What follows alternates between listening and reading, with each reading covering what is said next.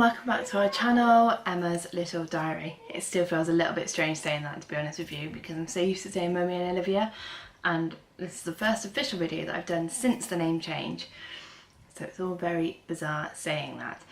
Anyway, this video is a Q&A. I put a poll up on Instagram and Twitter and asked people if there was any questions they wanted to ask me to just write them down, and then I would do a little video and answer them. So I got a good handful of videos, I'd say, not loads, but a good handful of videos. Hello? What are you doing? A video? Just wanted to come and play. Okay, you can play, that's fine. Sure. Why are you being silly? You need to play a little bit quietly though, don't you? Typical. She's been downstairs all morning. And of course, as soon as I come upstairs, I happen to have some company. Right, so I'll go with the ones that, a couple that I got on Instagram first, which were, did you find out the girls' genders when you were pregnant? Yes, I did.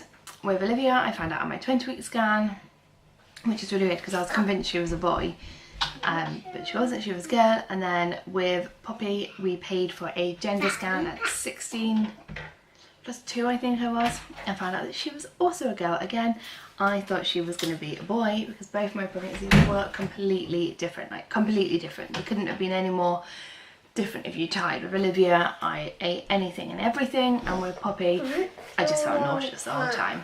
So very, very different pregnancies. But yes, I did find out, and if we ever were to do it again, I would find out again, definitely. I can't wait. I'm not one of those people that can wait. Another one is, where would you like to see yourself in 5 years' time? Retired? No, I'm joking, because that'll never happen. I'll never be able to retire in 5 years. Won't be old enough. Career-wise, probably still doing the job that I'm doing now because it's just such a good job. It fits around the girls, it fits around life, home life, work life. It's just, you know, perfect for me really. I suppose part of me always would like to get married. I've wanted to get married for a long time, but I'm not sure if that'll ever happen. So we've been together for years now.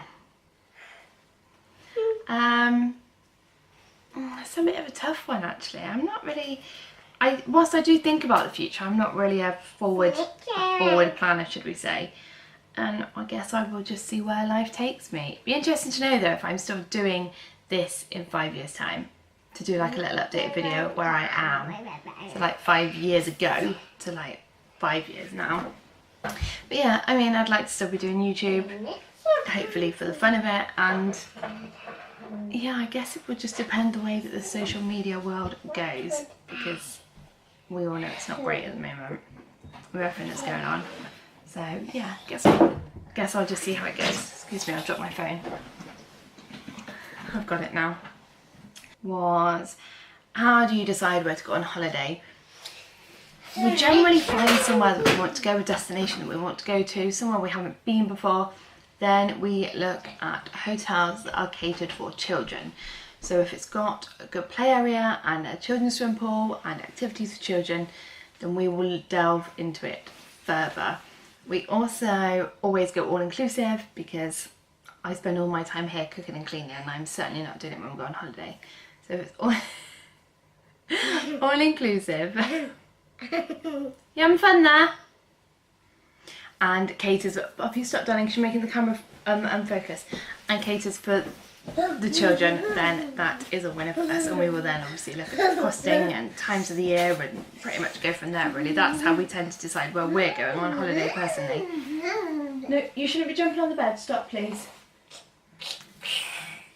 So yes, that's how we decide. So we've been to Egypt, Turkey a couple of times,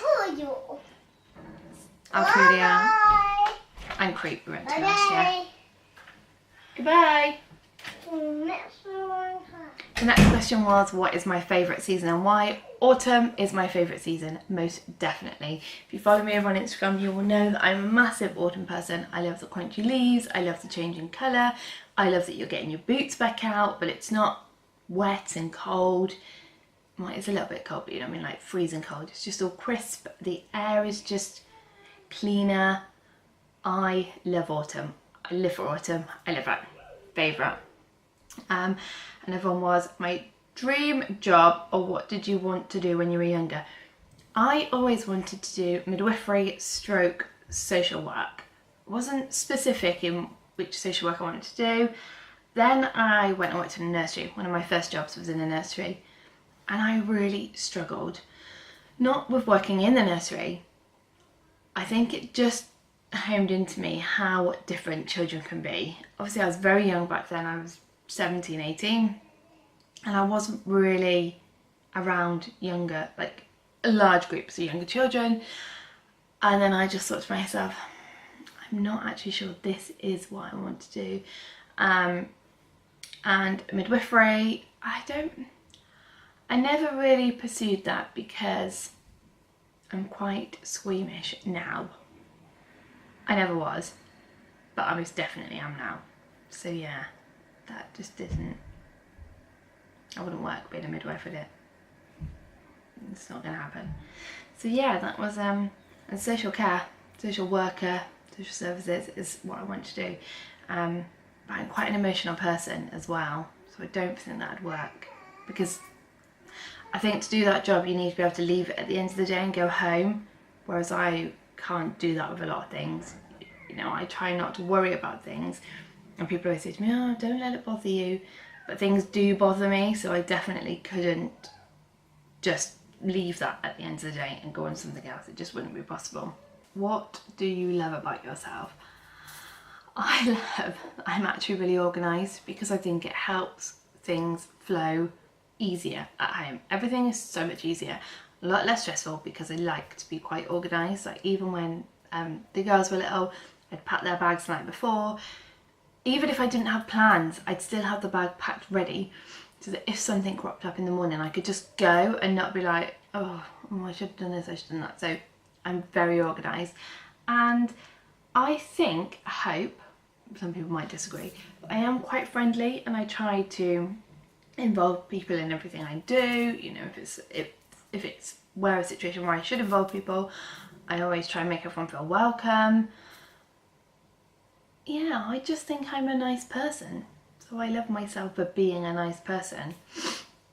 I hope that's what the question means, and not like what part of myself do I love, because I'm not sure what part of me I love on my body. I'm not sure, but yeah, that's why I love myself, because I'm organised. I think I'm a good mum. Again, some people might disagree, but I personally think I'm a good mum. And yeah, that's it, that really. Right. How did me and my partner meet? It does say hubby, but we're not married. So sadly, when I find one, I could answer that question. I don't really. We met through friends. It's probably the easiest way. As in, he was friends with my friends and I was friends with his friends, and then it just kind of went from there. We just got chatting, and then that was it really. The relationship blossomed. That is how we met, and we've been together almost 7 years. So we were together and we separated for a little bit and stayed friends, and then we got back together. So all in all, I think I've known him 17 years maybe. I think. How old am I? Let me work this out a minute. Yeah, 16, 17 years. It's a long time, isn't it? A long time in someone's life to know someone. So yeah, we just met through friends. And the question is, what is the most valuable lesson you want to teach or are teaching your girls? To be kind. Always. Always be kind. You never know somebody's battles. You never know what somebody's going through. And just to always be as kind as you can. Because I don't think there's a more valuable lesson in life. To be well-mannered and kind. It's probably the most valuable thing that I'm teaching them at the moment. You know, sometimes Olivia will come home and tell me about situations at school, and I always just say to her, how would you feel if that was you? How would you feel in that situation? And if she says she'd feel sad, then I tell her that she needs to make sure she doesn't make other people feel sad. And I think the only other thing that I probably tell, especially Olivia at the age she's at now, is not to worry what other people think, which is ironic because I worry. I don't ever let the girls know that I do, and I definitely don't try and inflict anything that I've got onto them.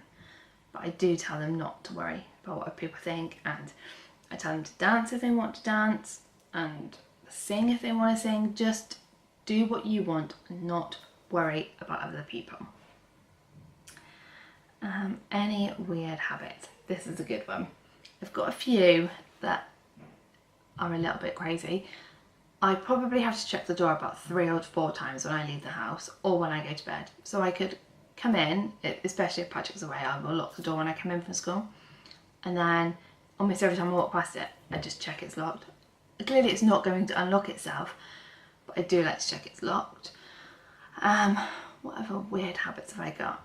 That is definitely one of them. I definitely need to check about 10 times that doors are locked. And I'm the same with the car. I have to keep checking that the car's locked. I have to keep checking everything.